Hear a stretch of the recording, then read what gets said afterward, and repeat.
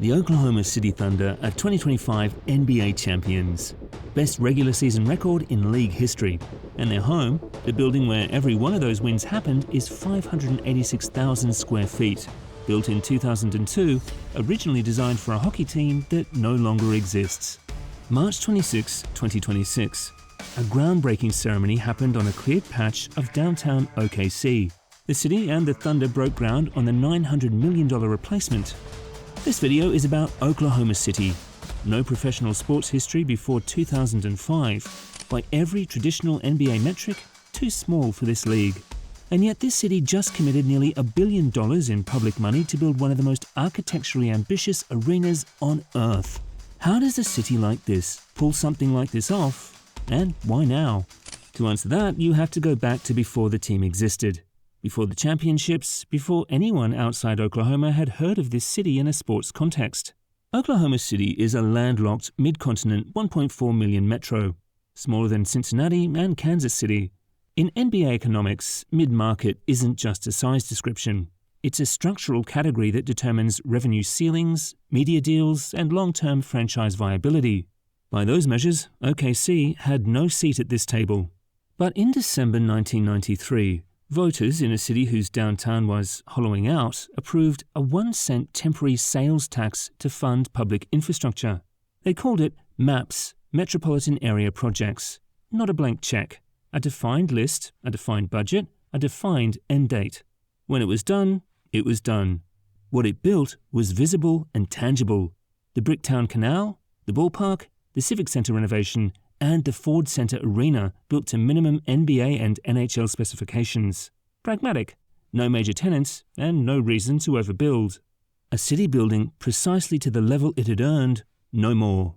That decision, building to minimum specs, is the tension at the center of everything that follows. Because the event that put Oklahoma City on the NBA's radar wasn't a strategic plan or a lobbying campaign. It was a hurricane. August 2005. Hurricane Katrina tears through New Orleans. The NBA's Hornets need an emergency home. Oklahoma City steps up. 2 seasons, 2005-06 and 2006-07, the New Orleans Oklahoma City Hornets play at the Ford Center. The building fills. The atmosphere is real. 10 days into that first season, NBA Commissioner David Stern said without reservation that Oklahoma City was now at the top of the list for expansion or relocation. That one sentence rewrote the city's future. In 2006, an investment group led by Clay Bennett purchased the Seattle Supersonics for $350 million. Seattle's arena situation collapsed, and the city and state would not fund a new building. On April 18, 2008, NBA owners voted 28-2 to approve the relocation. The Supersonics became the Oklahoma City Thunder. Before they played a single game in their new city, OKC had already moved. On March 4, 2008, voters approved $121.6 million in renovations to the Ford Center premium seating, upgrading concourses, and a new scoreboard. The hockey rink converted to NBA standards just barely. The building changed names 4 times in 18 years. Ford Center, OKC Arena, Chesapeake Energy Arena, Paycom Center in 2021. Every rename marked a chapter. Across all of them, the on-court story built toward something. The 2012 finals, sustained playoff runs, the 2025 championship. From an afterthought franchise, a displaced team nobody asked for, to be defending champions in the middle of a dynasty window, the building couldn't keep up. Here's why. Paycom Center is the smallest NBA arena by square footage. Built to minimum specifications in 2002, it was never designed for how modern NBA franchises actually generate revenue. Ticket sales stopped being the primary driver years ago.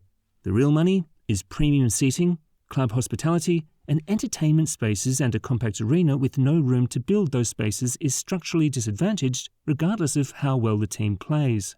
The Thunder's ceiling at Paycom wasn't a management problem, it was an engineering constraint. The lease was set to expire in 2023. That was the inflection point. Not a decision Oklahoma City made freely, but a deadline it couldn't avoid. The binary was stark. Commit to a world-class facility or risk losing the team. And this city understood that binary better than anyone. They had taken the Seattle Supersonics, They knew exactly what happens when a city blinks on an arena situation. Seattle had an NBA franchise for 41 years and lost it anyway. That precedent sat in every negotiation that followed. December 12, 2023. Oklahoma City voters decide on a 72-month extension of the existing 1-cent sales tax. Same tax, same rate, directed specifically at the new arena. The result? 71% yes. Most arena public votes in America are contentious and close. 71% is not close. 71% is a city speaking with one voice. Here's what most people get wrong about how this was paid for. Oklahoma City didn't raise taxes, didn't ask residents to pay more. They asked them to keep paying what they were already paying for 6 more years, directed at this specific project.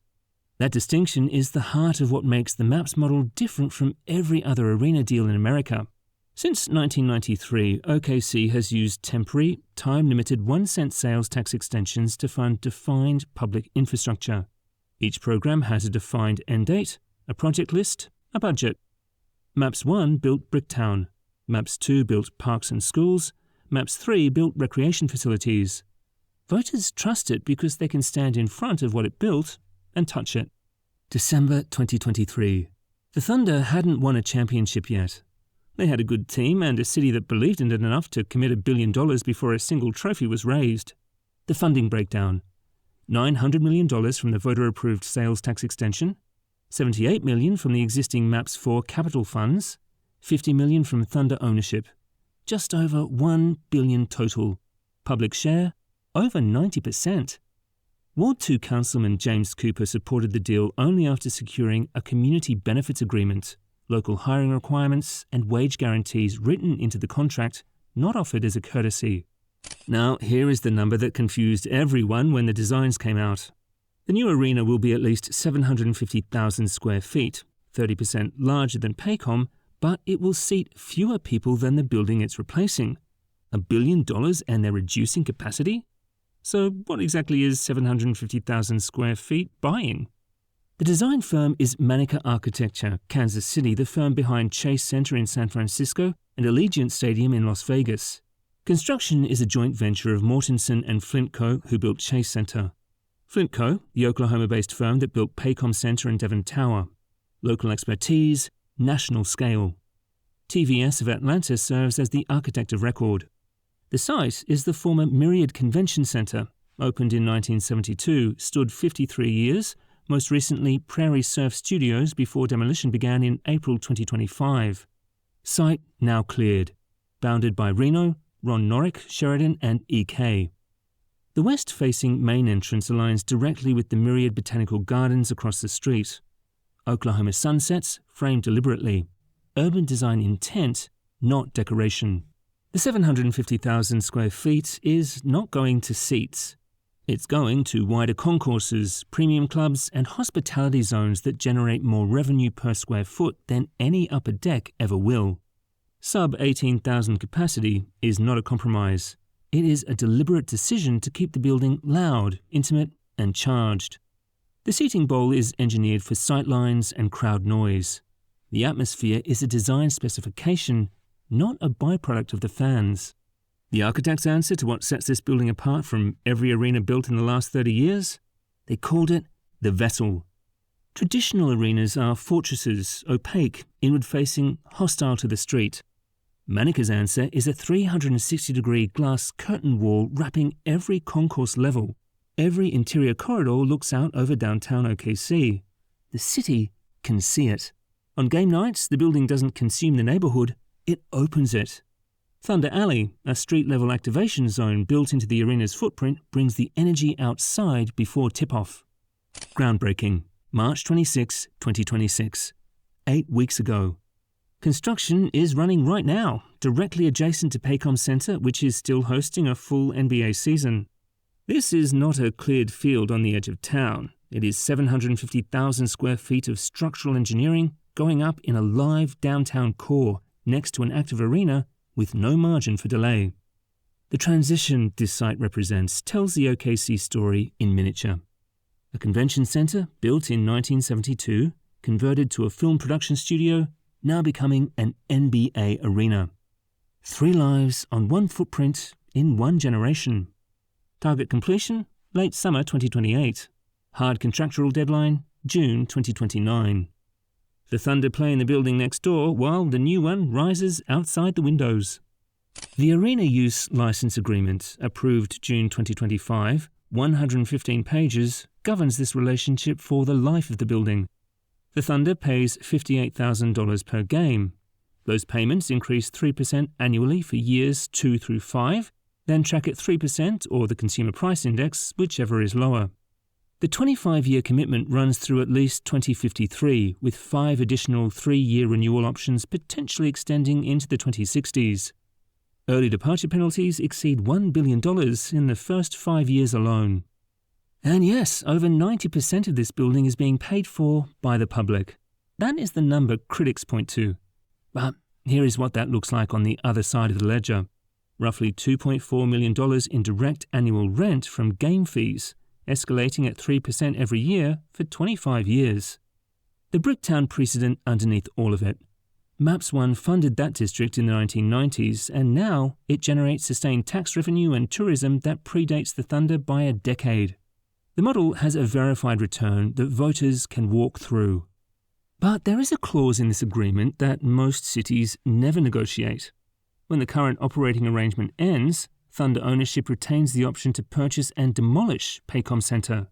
The building is publicly owned, but the franchise is positioning for long-term operational control. These are not tenants in the standard sense. They're long-term partners with an escalating stake in how this relationship runs. Oklahoma City built what Seattle never had, a 25-year lock, $1 billion in exit penalties, and a franchise that is financially incentivized to stay. Every mid-market NBA city is watching this right now. Memphis, New Orleans, Utah, Sacramento. All of them face the same pressure. How does a city that doesn't fit the standard template hold on to what it has built? Oklahoma City is running the answer in real time. The MAPS model, time-limited, accountable with a 30-year track record of visible returns, is not something a city assembles overnight. It was built across 4 programs and 3 decades of kept promises. Continental Coliseum will be the largest single public project in Oklahoma City's history, but it is the 4th time this city has asked its residents to believe in a version of themselves that didn't fully exist yet. From 586,000 square feet built to minimum specifications in 2002 to 750,000 square feet of glass and steel in 2026. 1 generation. The city's argument is not directed at the league or the critics. It is directed at itself. That a mid-sized, landlocked city with no professional sports history before 2005 can build something that belongs in the same conversation as any arena on Earth. As Mayor David Holt said at the March 26, 2026 groundbreaking, "Not only are we making the statement that we wish to remain a big league city, the scale and beauty of this project makes an aesthetic statement that will resonate for generations." The Continental Coliseum opens in 2028. Whatever happens between now and then, the building will be ready. The question is, what kind of team walks through those doors on opening night? So here is the question this video leaves you with. Is the MAPS model something other mid-market cities can actually replicate? Or is it something OKC built over 30 years that simply cannot be copied overnight? Drop your answer in the comments. Subscribe to Megabuilds for more breakdowns like this. Thanks for watching.